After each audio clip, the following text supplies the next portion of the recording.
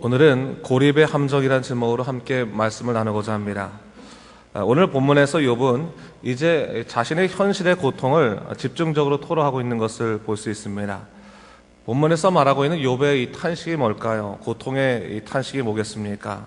그는 과거에는 그렇게 자기를 존경하며 따르는 사람들로 인해 살았다는 겁니다. 그래서 자기를 존경하는 사람들이 많았는데 그 존경했던 그 사람들이 이제는 자기를 조롱하며 멸시하고 있다. 한마디로 말해서 자기 위상이 추락한 것에 대한 그러한 고통을 호소하고 있는 것을 볼 수 있습니다. 자, 오늘 우리가 인간관계의 문제에 대해서 좀 생각해 볼 필요가 있습니다. 오늘 본문에서 욥이 탄식하고 있는 것이 뭡니까?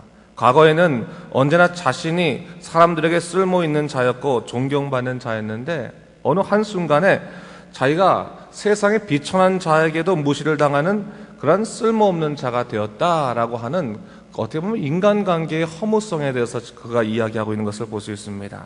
지금 욥은 한마디로 말해서 자기 존재감이 완전히 파괴됐다라고 볼 수 있어요. 여러분, 남들에게 인정받지 못하고 자기 정체성을 찾지 못할 때 우리는 우리 스스로의 자존감을 가질 수가 없습니다. 오늘 욥이 그랬다는 거예요. 과거에는 내가 사람들에게 인정받고 존경받았는데 지금은 내가 내 스스로도 인정할 수 없는 비천한 사람이 된 것들도 고통스러운데 이제는 나에게 사람들이 고통을 주고 조롱하고 비웃고 있구나라는 것에서부터 그가 자기 자신에 대한 그 자존심을 떠나서 아예 자존감 자체를 지킬 수 없는 그러한 아주 고통의 현실에 이르게 되었다는 것입니다. 근데 여러분, 보통 사람이 이렇게 자기 자신에 대해서 실망을 하거나 자존감을 갖지 못하게 되면 선택하게 되는 것이 뭐냐면 고립이라는 거예요. 고립. 오늘 본문에 우리가 잘 보게 되면 사실은 이 고립의 모습들이 이제 드러나 있는 것을 좀 볼 수 있습니다. 자, 이 고립이라고 하는 것은요, 사람이 자기를 인정하지 못하게 되었을 때 일어나는 일종의 심리적인 방어 기제를 말합니다. 자기 스스로가 수치심을 감당하지 못하기 때문에 스스로를 소외시키는 것입니다. 오늘날도 마찬가지죠. 사람들이 다 그런 것 같아요. 우리가 정말로 창피하고 혹은 힘들거나 정말 수치스러울 때 우리가 숨지 않습니까? 다른 사람 만나기 싫어하잖아요. 그냥 누가 나를 위로하려고 한다면 제발 좀 날 좀 내버리더라고. 나 혼자 그냥 생각하게 해달라고 사람들 가운데서 피하는 경우들이, 숨는 경우들이 종종 있습니다. 근데 여러분, 이 고립이라고 하는 것이 사실은 내가 살기 위해서, 나를 보호하기 위해서 내가 스스로를 선택하는 것 같지만 사실 이 고립에는 함정의 요소가 있다는 것을 우리가 좀 잊지 말아야 됩니다. 오늘 본문을 잘 읽다 보면요, 욥이 과거를 회상하면서 자기 자신이 어떤 사람이 되었다고 얘기하고 있습니까? 어제 본문에서 뭐라고 얘기하고 있어요? 자기가 맹인들의 눈이 되고 저는 사람의 발이 되고 빈곤한 자의 아버지가 되었다, 이렇게 얘기해주고 있습니다. 자기가 선행자였으며 이렇게 우리가 말씀 나눈 것처럼 자기가 희망을 주는 사람이었습니다. 그것을 고백했습니다. 이것은 단순히 그가 좋은 일만 행했다는 것이 아니라 인격적으로도 사람들에게 존경을 받았다는 것입니다. 그런데 오늘 본문 30장을 보게 되면 1절부터 9절까지 자기를 조롱하는 사람들에 대해서 그가 어떻게 얘기하고 있습니까? 자기를 조롱하는 그 사람들은 어떤 사람이었다는 거예요? 원래는 내 양떼를 지키는 개들 축에도 끼지 못하는 쓸모없는 자들이다. 그런 자들의 이 자녀들이다. 사람 축에도 끼지 못해서 동네에서 쫓겨나는 사람들이고 어리석은 자들의 그런 자녀들이다, 자식들이다 라고 하는 아주 심한 비하의 표현을 하고 있는 것을 볼 수가 있습니다. 왜 그럴까요? 정말 억울하고 속상해서 내가 이런 자들에게까지도 조롱을 당해야 하는 비천한 자가 되었는가라는 그런 고통의 현실 속에서 지금 욥도 악담을 좀 하고 있는 겁니다. 사실 욥은 원래는 이런 사람이 아니었죠. 감당할 수 없는 상황, 특별히 사람에 대한 배반감과 실망이 바로 이런 식의 그 자기 반응을 불러일으키게 된 것입니다. 여러분, 욥이 왜 지금 이런 말을 하고 있을까요? 자기 스스로를 지금 고립시키고 있는 거예요. 고립시키고 있는 거예요. 나를 조롱하는 저 사람들과 내가 옛날에는 존경받고 있던 사람이었지만 이 사람들이 지금은 나를 조롱하고 있는 상황 속에서 내가 이들을 인정할 수 없으니까 어떻게 말하는 겁니까? 야, 너희들은 사람 축에도 속하지 않는 사람들이니까 내가 너희들과 도저히 함께 있을 수 없다라고 하면서 그들을 배척하면서 스스로를 지금 고립시키고 있는 겁니다. 스스로를 소외시키고 있는 그런 장면을 볼 수 있는 것입니다. 여러분, 우리가 이 고립의 함정을 좀 잘 알아야 되는데요. 사람이 스스로를 인정하지 못하고 자존감을 지켜내지 못할 때 사람은 후회할 수밖에 없는 선택을 하기 쉽습니다. 보세요, 여러분. 우리 영화 같은 데 보면요, 이런 거 있잖아요. 한 연인이 있는데 이 여자는 굉장히 희망찬 미래를 생각하고 있고 또 어떻게 보면 큰 부잣집 딸이고 능력 있는 사람이고 딱. 그런데 남자는 가난한 사람인데 이 여자가 남자를 좋아했어요. 사랑해서 아무런 조건 필요 없으니까 나를 사랑해 주세요라고 하는데, 이 남자는 보통 자격지심이 있어가지고 어떡합니까? 도대체 감당할 수 없으니까 어떻게 돼요? 내가 너를 사랑하지만 너를 떠나보내야 된다. 여자가 안 됩니다, 안 됩니다. 그래도 더 막 오히려 강팍하게 난 너 싫어, 너 있기 싫어. 그러면서 떠나보내고 난 다음에 스스로 돌아와가지고 막 울잖아요.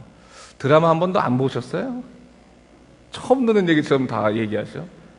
보통 그런다고요. 드라마 좀 보세요. 드라마도 봐야죠. 영성이 높아지는 거예요, 사실. 인간관계를 하니까. 근데 그런 경우에 사실은 심리학적인 기제로 본다, 심리학적인 입장에서 본다면 그게 뭐는 거예요? 방어 기제라는 거예요. 방어 기제예요. 사람이라는 존재가요, 자기 수치심 속에서 자기를 지켜내기 위해서 가장 먼저 선택하는 것이 고립이에요.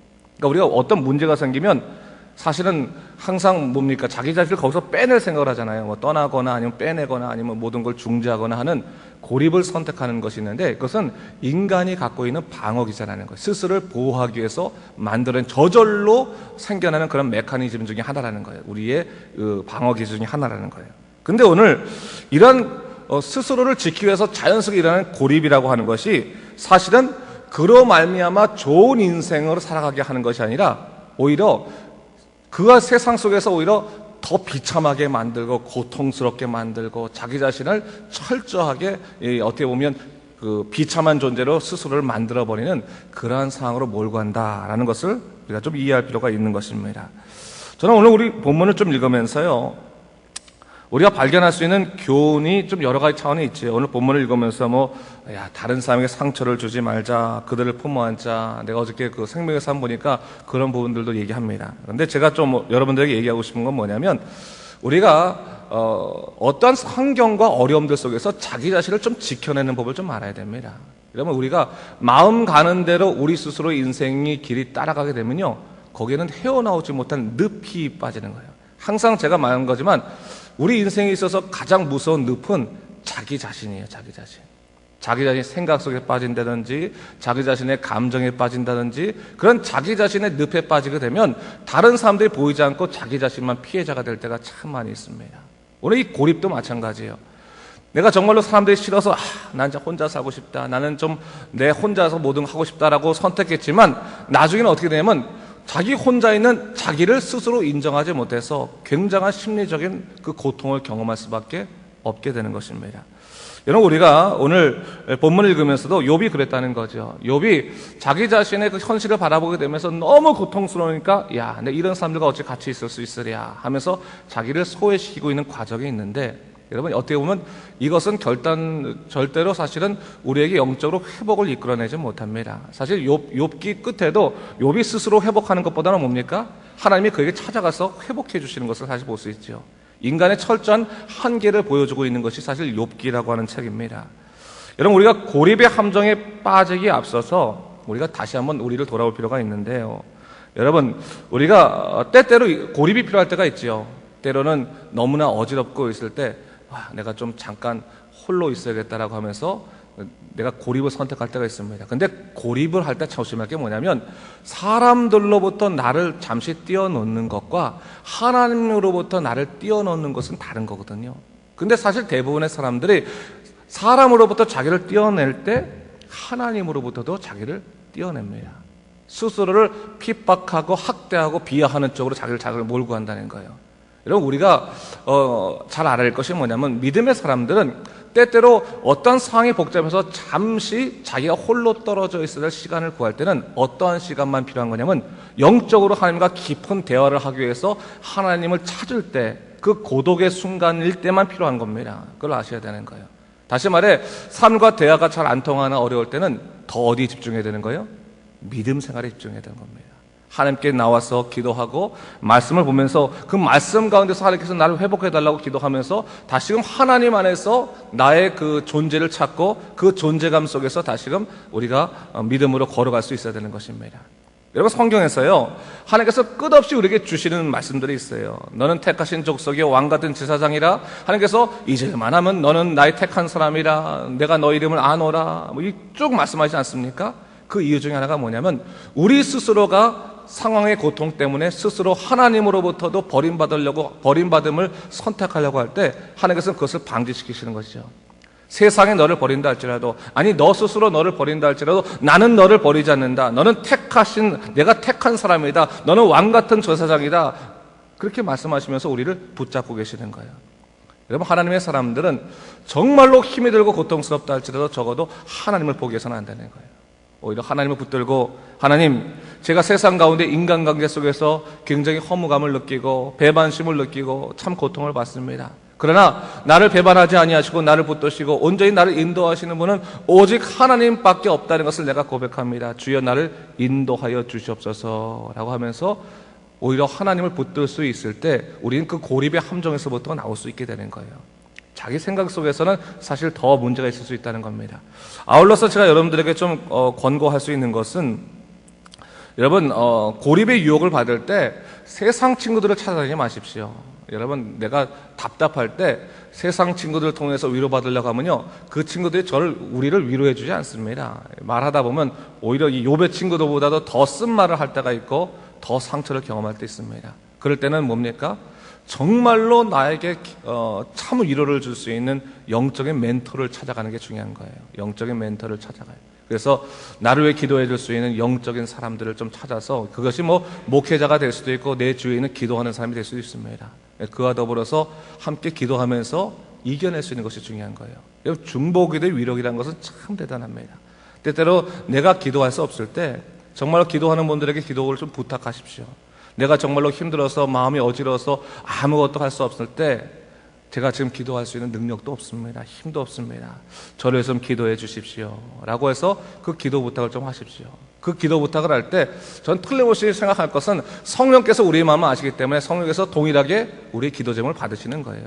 그래서 성령도 우리가 연약해서 어떻게 할지 모를 때 말할 수 없는 탄식으로 우리를 위해서 친히 간구하시는 놀라운 역사를 일으키시는 것입니다. 그래서 우리가 다시 한번 일어나서 굳건히 살아갈 수 있게 되는 것입니다.